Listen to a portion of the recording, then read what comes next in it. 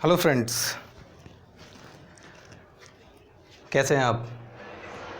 उम्मीद है सब सुरक्षित होंगे। चलिए, हम लोग बात कर रहे थे अपने फॉर्मूले A cube plus B cube plus C cube minus 3abc की, जो कि क्या था, a plus B plus C bracket में A square plus B square plus C square minus A B minus B C minus C A, यही था। अब इसमें था क्या, देखिए कल हमने डिस्कस कर लिया था कि भाई ये फॉर्मूला जीरो दो कंडीशन में होगा। पहली कंडीशन कि A plus B plus C का मान जीरो हो जाए, और दूसरी कंडीशन ये पूरी वैल्यू जीरो हो जाए। इसको हम पढ़ चुके हैं अपने प्रीवियस वाले पार्ट में।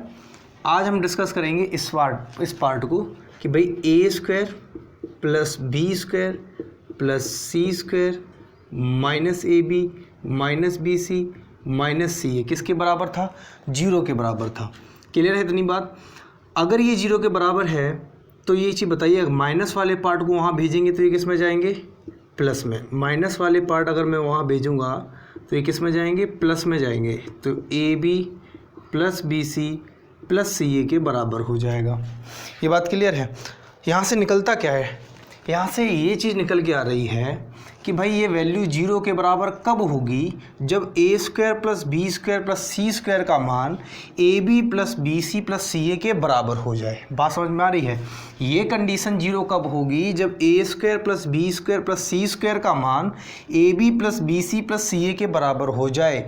और ये बराबर कब होंगे, ये बराबर तभी हो सकते हैं जब ए बी सी तीनों आपस में क्या हों, बराबर हों। ये बराबर कब हो सकते हैं, जब ए बी सी तीनों आपस में बराबर हों। ये बात क्लियर है। तो जब ए बी सी तीनों आपस में बराबर होंगे तभी ये कंडीशन फुलफिल होगी कि हमारी दूसरी कंडीशन जीरो के बराबर हो जाएगी। अब इस पर क्वेश्चन कैसे बनते हैं, देखिए इस पर क्वेश्चन बनेगा, जैसे मान के चलो एक क्वेश्चन ये हो जाए, एक क्वेश्चन आपका हो जाएगा कि यदि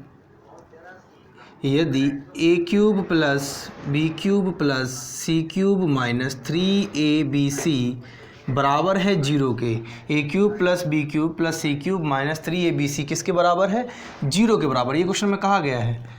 और ये भी कहा गया है कि जहाँ ए प्लस बी प्लस सी क्या है, जीरो है, ए प्लस बी प्लस सी क्या है, जीरो है, और ए बी सी तीनों क्या हैं, नेचुरल नंबर्स हैं। क्या हैं, नेचुरल नंबर्स हैं, नेचुरल नंबर्स हैं, ठीक है, यानी कि प्राकृतिक संख्याएं हैं। तो A cube plus B cube plus C cube minus 3abc का मान जीरो दिया गया है क्वेश्चन में, और कहा गया है कि A plus B plus C not equal to zero, यानी जीरो के बराबर नहीं है। ए बी सी तीनों नेचुरल नंबर्स हैं। तो बताना है क्या, तो बताना है कि A plus B plus C का मान क्या होगा, ए प्लस बी प्लस सी का मान क्या होगा। ऑप्शन दे दिया गया भाई, पहला ऑप्शन की 5, दूसरा ऑप्शन दे दिया गया 7, तीसरा ऑप्शन दे दिया गया 6, और चौथा ऑप्शन दे दिया गया 8। क्लियर है इतनी बात। अब देखिए हमें ये क्वेश्चन दिया गया कि भाई A cube plus B cube plus C cube minus 3abc का मान जीरो है। इस कंडीशन को देख के हमें दो कंडीशन पता है कि भाई ये वैल्यू जीरो कब हो सकती है, जब या तो A plus B plus C का मान जीरो हो, या A square plus B square plus C square minus A B minus B C minus C A का मान क्या हो, जीरो हो। ये कंडीशन यहाँ पे साफ साफ मना किया गया है कि भाई ये कंडीशन अप्लाइड यहाँ पे नहीं है, यानी ए प्लस बी प्लस सी आपस में जीरो के बराबर नहीं है। तो अब हमें ये बताइए कि जब ये जीरो नहीं है तो फिर क्या जीरो होना चाहिए जिससे कि ये पूरा मान जीरो के बराबर हो जाए। जी, A square plus B square plus C square minus A B minus B C minus C A का मान जीरो के बराबर हो जाए, तभी ये मान जीरो संभव है। और ये जीरो कब होगा, ये कंडीशन जीरो तब होती है जब ए और बी और सी आपस में क्या हों, बराबर हों। ए बी सी तीनों के मान आपस में क्या हों, बराबर हों। अब एक चीज़ बताइए, ए प्लस बी प्लस सी का मान हमें निकालना है, जहां ए बी सी तीनों आपस में बराबर हैं। इसका मतलब है कि ये ए प्लस बी प्लस सी, बी की जगह पे अगर मैं ए रखूँगा क्योंकि बी का मान भी ए के बराबर होगा तो ये भी ए हो जाएगा, और सी की जगह पे भी ए रखूँगा तो ये भी ए हो जाएगा, तो ये हो जाएगा 3 टाइम्स ऑफ ए, यानी ए का 3 गुना हमारा आंसर है। यानी ऑप्शन में ऐसी कोई मान जो 3 का मल्टीपल हो वो हमारा आंसर हो जाएगा।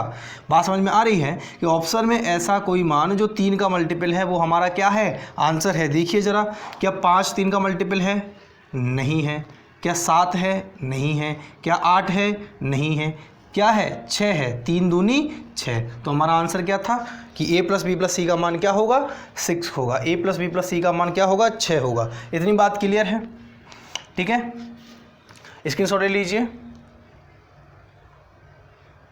देखिए अब यहाँ पे क्या सिस्टम है, मैं मान के चलता हूँ पूरा क्वेश्चन यही रखा और सिर्फ इतना बदल दिया गया कि भाई बताइए a गुना बी गुना सी का मान क्या होगा, a गुना बी गुना सी का मान क्या होगा। ठीक है ना, क्लियर बात है। अब हमसे सिर्फ इतना बदला गया है कि पूछी वाली चीज़ बदल दी गई है कि क्या पूछा गया है इस बार, a गुना बी गुना सी क्या होगा। तो देखिए A cube plus B cube plus C cube minus 3ab बराबर 0, कंडीशन वही दी गई है जहाँ a plus B plus C 0 नहीं है, A B C natural number हैं। a गुना बी गुना सी बताना है, तो हमें पता है कि ये कंडीशन कब फुलफिल होगी, जब a बराबर b बराबर c होगा। तो जब a बराबर b बराबर c होगा यानी तीनों आपस में बराबर होंगे तो b की जगह पे भी a रख सकते हैं और c की जगह पे भी a रख सकते हैं। तो a गुना a यानी कि a का क्यूब, a पर घात 3। a पर घात 3 का मतलब कितना हुआ कि अब जो भी ऑप्शन क्यूब वाला टर्म होगा, ठीक है ना, जो क्यूब होगा किसी नंबर का वही हमारा आंसर होगा। देखो क्या 5 किसी का क्यूब होता है? नहीं। क्या 7 किसी का क्यूब है? नहीं। क्या 6 किसी का क्यूब है? नहीं। 6 भी किसी का क्यूब नहीं है। क्या 8 किसी का क्यूब है? बिल्कुल है। किसका है? 2 का क्यूब है। 8 किसका क्यूब है? 2 का क्यूब है। तो यही हमारा क्या हो जाएगा, आंसर हो जाएगा। यही हमारा क्या हो जाएगा, आंसर हो जाएगा। इतनी बात समझ में आ रही है? ऐसे ही एक क्वेश्चन इसमें ये भी बन सकता है, देखा जाए इसमें एक क्वेश्चन ये भी बन सकता है कि सेम कंडीशन यही रखे और कह दे भाई कि a अनुपात रेशियो में पूछ ले कि a अनुपात b अनुपात c क्या होगा, a अनुपात b अनुपात c क्या होगा। ऑप्शन दे दिया जाए 1 अनुपात 2 अनुपात 3, दूसरा ऑप्शन दे दिया जाए 2 अनुपात 3 अनुपात 4, तीसरा ऑप्शन दे दिया जाए 1 अनुपात 1 अनुपात 1 और चौथा ऑप्शन दे दिया जाए 5 अनुपात 4 अनुपात 3।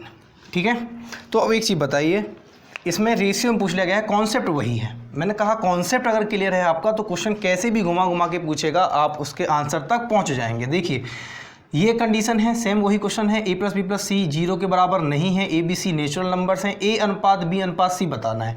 तो जैसे ही हमने ये देखा कि ये कंडीशन थी, इसका मतलब क्या है कि ये 0 हो रहा है और यहाँ पे इसका मान 0 के बराबर नहीं है, तो इसका मतलब है कि ये वाला टर्म 0 हो रहा होगा।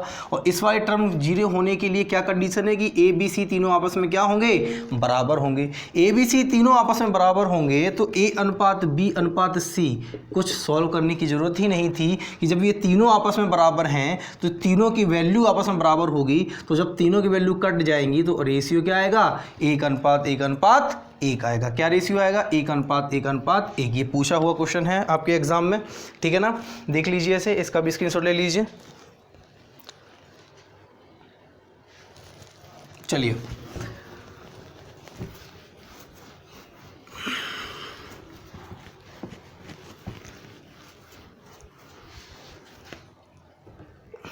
तो इस प्रकार हमारे इस फॉर्मूले पर बेस जितने भी पूछे जाने वाले कॉन्सेप्ट हैं, बनने वाले कॉन्सेप्ट हैं, वो सब हम डिस्कस कर चुके हैं। अब हम बात करेंगे अपने अगले कॉन्सेप्ट का, जो बिल्कुल ही छोटा कॉन्सेप्ट है लेकिन इस पर क्वेश्चन बहुत बनते हैं। ठीक है, एग्जाम में क्वेश्चन बहुत बनते हैं कि यदि x और y क्या हो, रियल नंबर हो। यदि x और y क्या हो, रियल नंबर हो, यानी कि वास्तविक संख्याएँ हों, तो X square plus Y square बराबर दिया गया है 0 के। हमें बताना है, क्या बताना है कि x और y क्या होगा, यानी x का मान और y का मान हमें यहाँ पर बताना है। तो एक चीज़ बताइए, x y रियल नंबर है, रियल नंबर आप जानते ही हैं वास्तविक संख्याएं होती हैं, और X square plus Y square किसके बराबर है, 0 के बराबर है। तो एक चीज़ बताइए, X square plus Y square 0 के बराबर है तो ये कब संभव है, जब ये भी 0 हो और ये भी 0 हो। बात समझ में आ रही है? माइनस में क्यों नहीं हो सकता है, ये बात समझ में आ रही है कि माइनस में क्यों नहीं हो सकता है?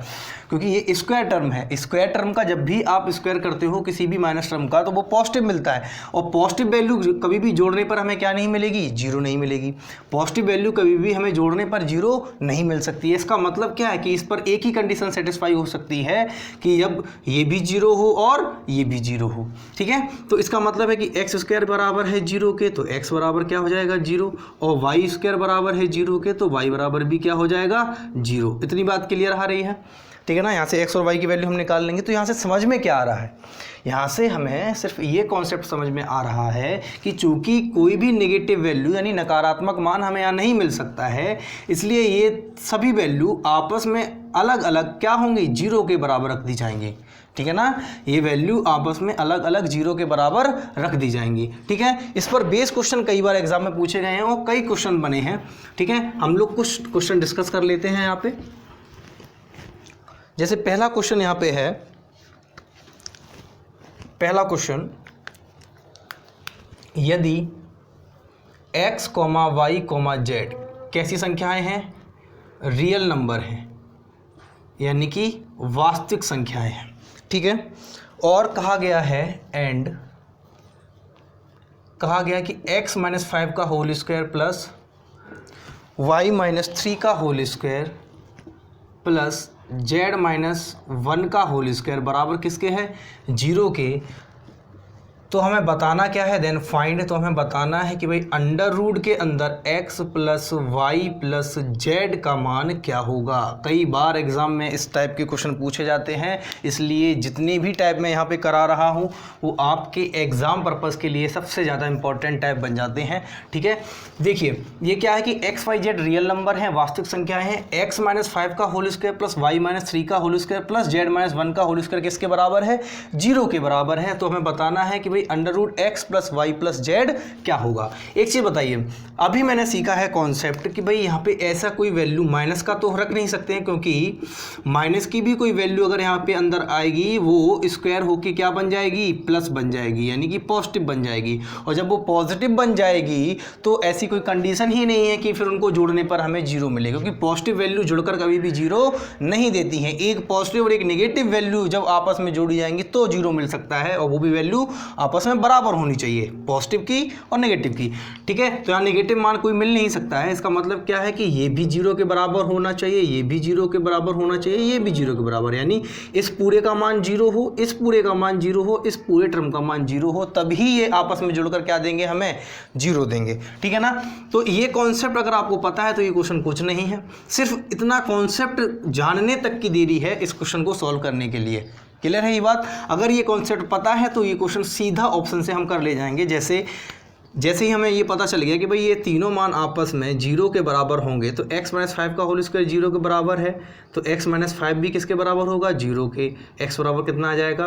5, x का मान मिल गया। ऐसे ही y - 3 का होल स्क्वायर बराबर किसके था? जीरो के। y - 3 भी किसके बराबर होगा? जीरो के, तो y बराबर भी कितना मिल गया? 3। ऐसे ही z - 1 का होल स्क्वायर किसके बराबर था? जीरो के। z - 1 किसके बराबर है? जीरो के, तो z भी कितना मिल जाएगा? 1। क्लियर है इतनी बात? अब देखिए हमसे पूछा क्या गया है? हमसे पूछा गया है कि भाई अंडर रूट के अंदर x plus Y plus Z का मान क्या होगा। तो अंडर रूट के अंदर x कितना था? 5, y कितना था? 3 और z कितना था? 1। 5 और 3 8 और 1 9। अंडर रूट के अंदर कितना आ रहा है? 9 आ रहा है। अंडर रूट के अंदर 9 आ रहा है, 9 होता है 3 का स्क्वायर, तो ये बाहर कितना निकल के आएगा? 3। तो हमारा आंसर क्या होगा? 3। इतनी बात समझ में आ रही है?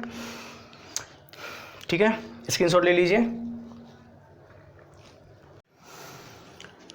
हेलो फ्रेंड्स, नेटवर्क की वजह से हमारा कनेक्शन टूट गया था, एक बार देख लीजिए। इस क्वेश्चन को मैं दोबारा से समझा दे रहा हूँ। मैंने ये कहा है कि भाई x और y रियल नंबर है। 5x² plus 4xy plus y² plus 2x plus 1 किसके बराबर है? जीरो के बराबर है। ये हमें दिया गया है क्वेश्चन में, और हमें बताना है x और y का मान क्या होगा। तो x² प्लस 4x², यानी कि हमने 5x² को तोड़ा है किस में? x² प्लस 4x² में। 4xy को वैसे ही रखा है, y² को वैसे ही रखा है, 2x को वैसे ही रखा है, 1 को वैसे ही रखा है। करना क्या चाह रहे हैं? हम चाह रहे हैं कि ये a प्लस बी का होल स्क्वायर हमें दिख रहा है, देखिए कैसे कि a अगर x है तो 2ab क्या होगा, 2x दिख रहा है और b का मान 1 दिख रहा है, तो ये हो जाएगा कि हम 2x + 1 को एक्स स्क्वायर की तरफ लिख लेंगे, तो x² + 2x + 1 हो जाएगा, और 4x² + 4xy + y² इसको हमने एक तरफ लिखा है, ठीक है। यहाँ पे 4x² को 2x का होल स्क्वायर कर दिया है, प्लस 2 × 2x × y है, प्लस y² बराबर 0 है। देख सकते हैं बिल्कुल सिंपल क्वेश्चन है, बस केवल ये 2 स्टेप आपको समझने हैं कि इस फॉर्मेशन को मैंने तोड़ा है। 5x² को जब हम तोड़ेंगे तो x² + 4x² में तोड़ा है, क्यों, क्योंकि x² + 2x + 1 फॉर्मूला बना रहा है x + 1 का होल स्क्वायर, और 4x² + 4xy + y² आपस में मिलकर क्या बना रहे हैं, 2x + y का होल स्क्वायर। दोनों टर्म 0 के बराबर हो जाएंगे, तो हम जब रखेंगे तो ये x बराबर -1 आएगा, और x का मान जब यहाँ रखेंगे तो y का मान कितना आ जाएगा, 2 आ जाएगा। क्लियर थी इतनी बात, ठीक है।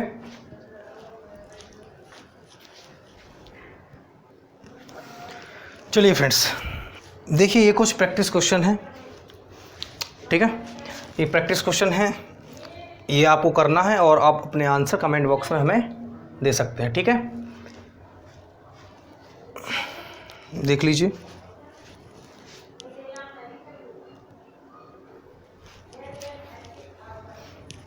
ठीक है।